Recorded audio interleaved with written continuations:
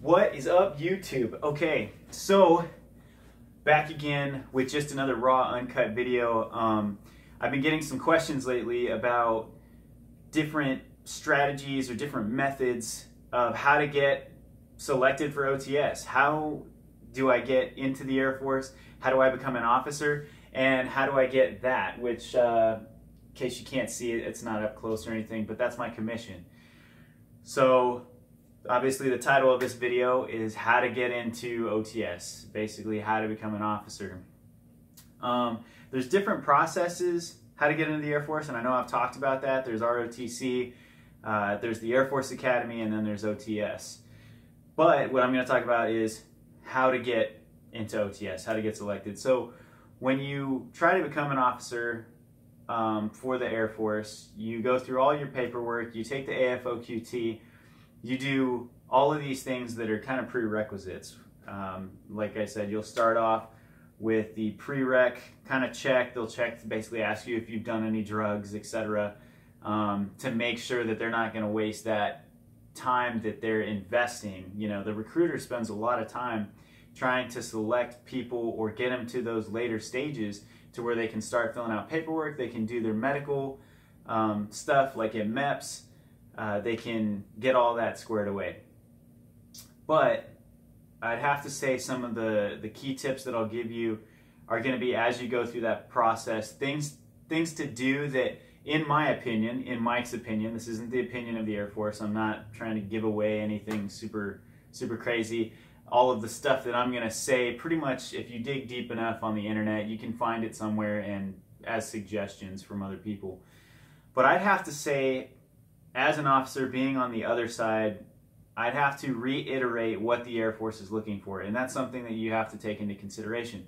This isn't a job where you're looking to fill a requirement and you're applying for a job to meet that requirement. So, you know, say you're going to a McDonald's or something and you're trying to get a job. They're going to say, okay, we need someone that can work these hours, do this, do that. They have to be, you know, of this age, yada, yada. The Air Force has those requirements. You'll see that there's an age range of people that they're looking for. There's a minimum, maximum to meet that meet those base criteria. But what it boils down to is they're looking more for deeper, I'd say, in my opinion, deeper qualities. They're looking at more of the whole airman concept, and you'll see that thread throughout any resource online that has to do with the Air Force. So they're looking at who you are as a person, right? Some of the things in your track history, whether it's your college degree, your transcripts, your community involvement, anything like that is going to be an indicator, or they'll use as an indicator to try to get an idea of who you are, right? Because the position as an officer in the Air Force, it isn't just filling a job, it is setting the example of excellence, right? The core values of the Air Force are integrity first, service before self, and excellence in all we do. So integrity first, right? To be a person of integrity is a big thing in the Air Force because you're given a lot of responsibility. Obviously, you don't want to place that in the hands of someone that's irresponsible or someone that can't manage their finances. I'm not saying that that's like everything that they look at, but these are just things that are taken into consideration. Now, in part of the officer process, part of the OTS process, some people have a different path and have done it slightly different.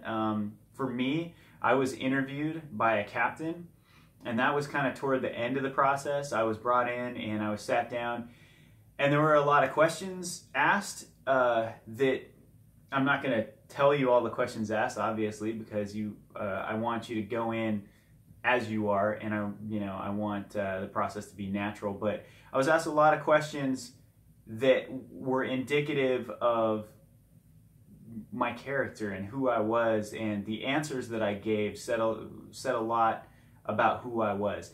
And you know, even going back for recruiter's assistance, it's called RAP. It's called I can't talk today. It's called Recruiter's Assistance Program. what it is it gives you the opportunity after you're an officer to go back to work with your recruiter and be on the other side, right? To be a lieutenant and to see people coming in. And I had the opportunity to sit with my recruiter and actually sit in on interview processes and kind of ask questions, right? And I was surprised at some of the people coming in, some of the responses that were given. I could tell a lot of different things about the person just by the responses. I could tell some people were totally unprepared coming in as, you know, as a candidate. Some people didn't seem to take it seriously. They seemed to treat it more like a job. Other people, their reasons, and I'm not saying I can decide what reasons someone has are right or wrong for joining the Air Force, but some people's reasons were basically like, oh, you know, what can the Air Force do for me? And from a personal standpoint, I believe if you're going to serve, that's exactly what it is. It's a servant mindset. You want to be able to go in and say, you know what, it's not about me. It's about serving my country. It's about serving others. And that also will help keep you humble too, because there's a lot of times you're going to have to, you know, take that seat and kind of bite your tongue and learn and be, you know, unfortunately for some people, if they have a prideful attitude, they can be humbled very quickly. So there's that. Like I said, finances are probably something you want to make sure you have in check. If I would assume that if the Air Force is looking at someone and their finances are all out of whack, that's not going to be a good indicator, because you're being entrusted sometimes with projects that are a lot of money. You know, my first project coming into the Air Force, or not project, but I was over a contract that was $15 million. And coming in as a second lieutenant, I can see being a younger lieutenant, that would be a lot on your shoulders, especially if you've never dealt with projects like that before. Now, previous to coming into the Air Force, I worked as an engineer for 3.5 years, so I was used to higher dollar projects, but I'd have to say definitely finances are a big one. Another thing too is just the small stuff that you can take care of that also indicate kind of who you are as a person. Like I would have to say personal fitness, you know, taking care of your body. I'm not saying you have to be a bodybuilder, or you have to be, you know, some crazy athletic person, but you know, it looks good, or it helps when, you know, you're talking about fitness and you can be like, yeah, you know, I work out this many times a day. That, without even being said, that can tell someone, hey, this person is going the extra mile and doing things that they don't have to take care of themselves. Also too, in the meantime, work on your people skills, because as an officer, you're gonna be working with a lot of people. I said it in the last video, you're gonna be networking with a lot of people, so that's important. If you can't talk to people, you can't get stuff done very quickly. I mean, you can, but it takes a lot longer, you know, whereas if you know someone, you can just be like, hey man, I need this. So those are just a couple of things that I was thinking off the top of my head, things that can help y'all and, you know, that are important.